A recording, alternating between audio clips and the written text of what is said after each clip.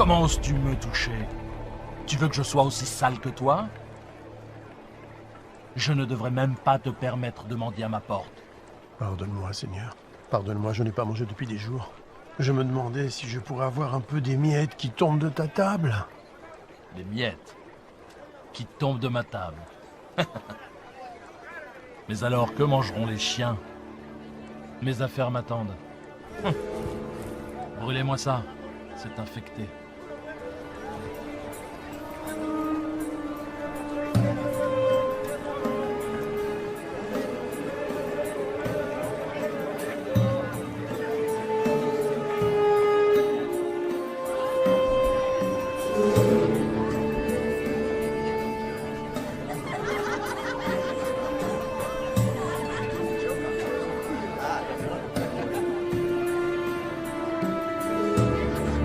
Le voilà, enfin!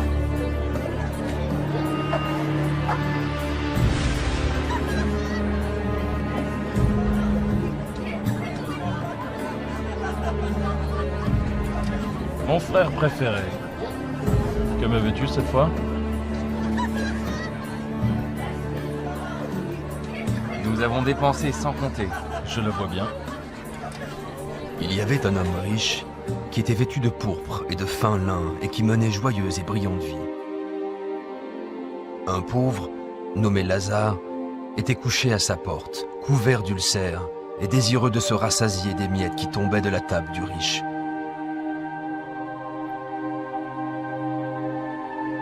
Et même les chiens venaient lécher ses ulcères. Oh. Oh. Oh. Oh. Dieu, aide-moi. Pourquoi? Pourquoi? Pourquoi?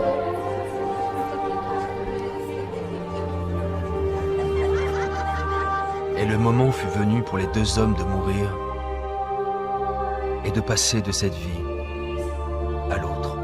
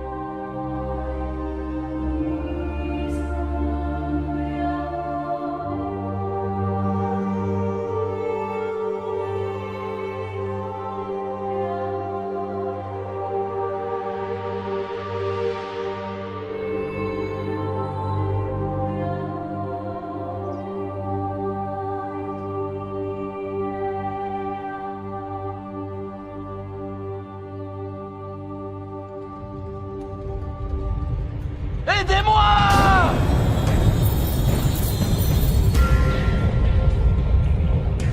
Au secours!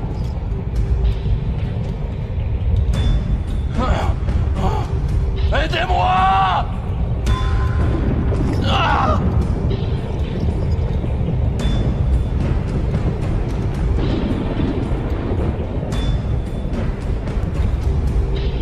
Aidez-moi!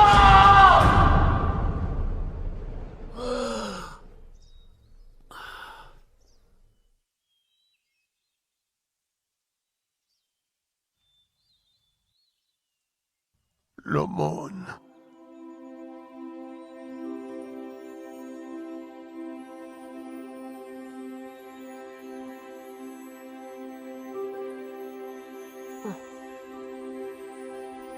Bienvenue. Père Abraham. Oui. Oui, je suis Abraham. Ah.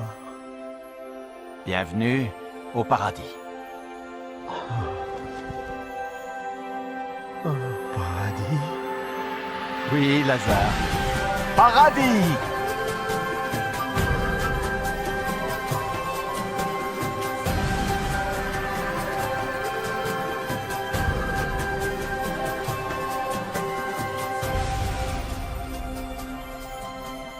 Nous avons préparé un banquet en ton honneur. Oui, oui, viens.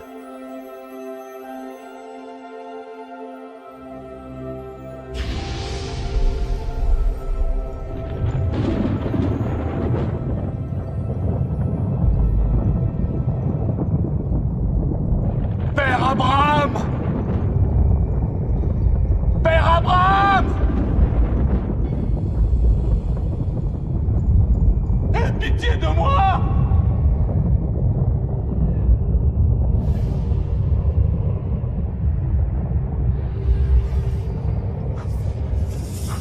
Je t'ai vu avec Lazare! Envoie-le-moi! Pour qu'il trempe le bout de son doigt dans l'eau et me rafraîchisse la langue! Car je souffre cruellement dans ces flammes!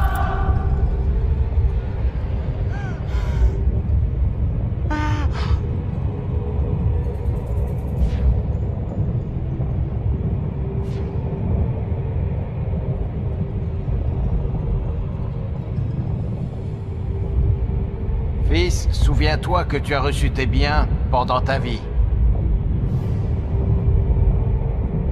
Et que Lazare a eu les maux pendant la sienne.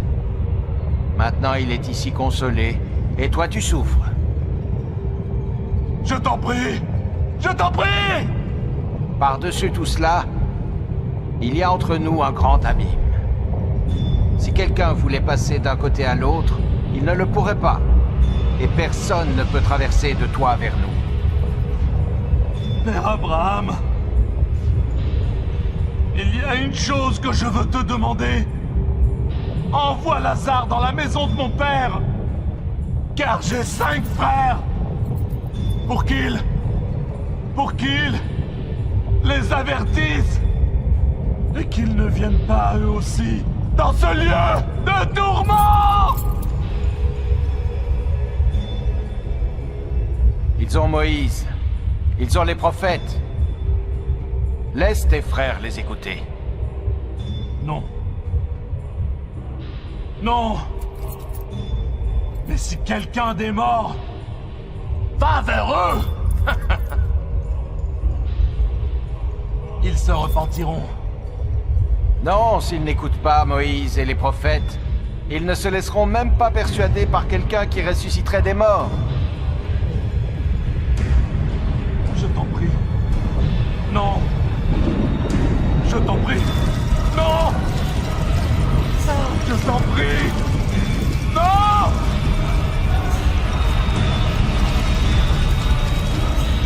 Non. Non.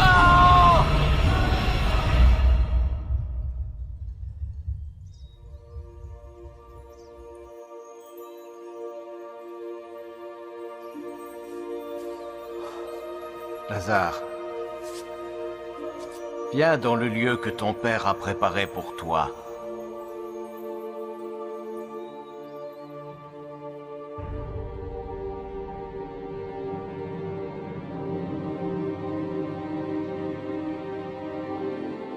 Maintenant, nous pouvons diviser ses biens.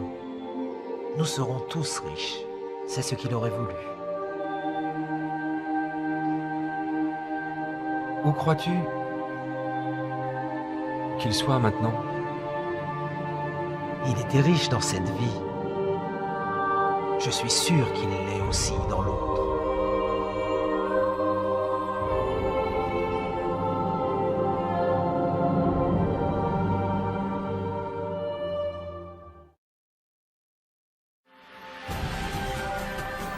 Je suis Lazare, dont parle la Bible.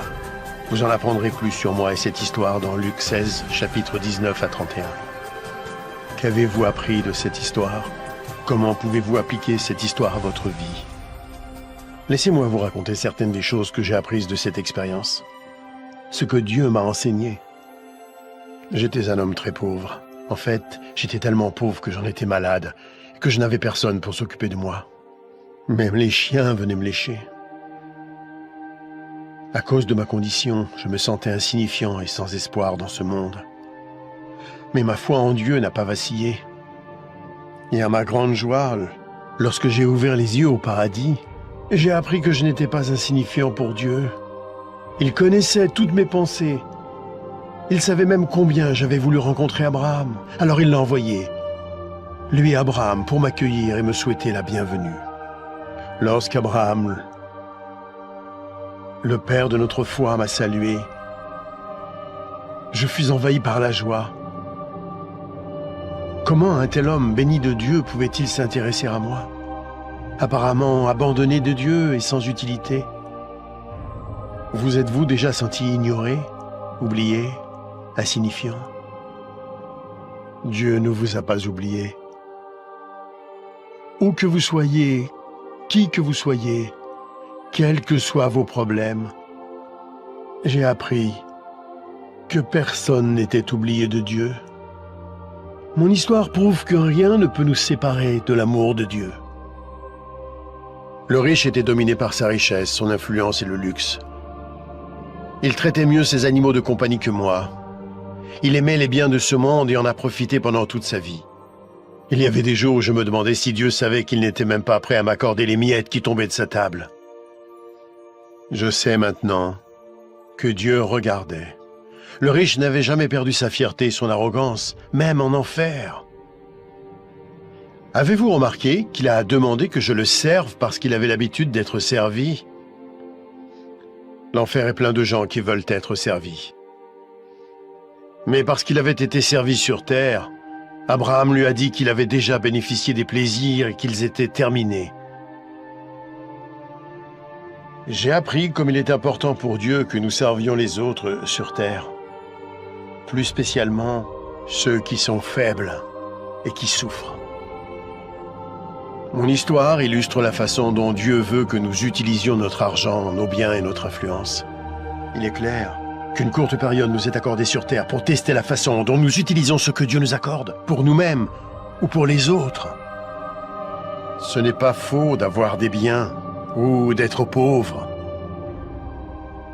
Ce qui est faux, c'est de refuser de servir les autres. Jésus-Christ a dit que même lui était venu servir, non pour être servi. Si vous utilisez l'argent et tout ce que Dieu vous a donné pour servir les autres, il sera satisfait, quoi que vous possédiez. Vous pouvez vous interroger sur l'enfer et le paradis, et sur ce qui arrivera après votre mort. Christ viendra au dernier jour pour juger le monde. Le jour du jugement, le méchant sera envoyé en enfer, un lieu de tourment terrible et infini. Mais le juste sera emmené au paradis, un lieu glorieux et heureux où il sera pour toujours auprès du Seigneur Jésus-Christ. Il y a tellement d'autres choses que Dieu veut nous apprendre. Notre prochaine histoire va poursuivre cette aventure.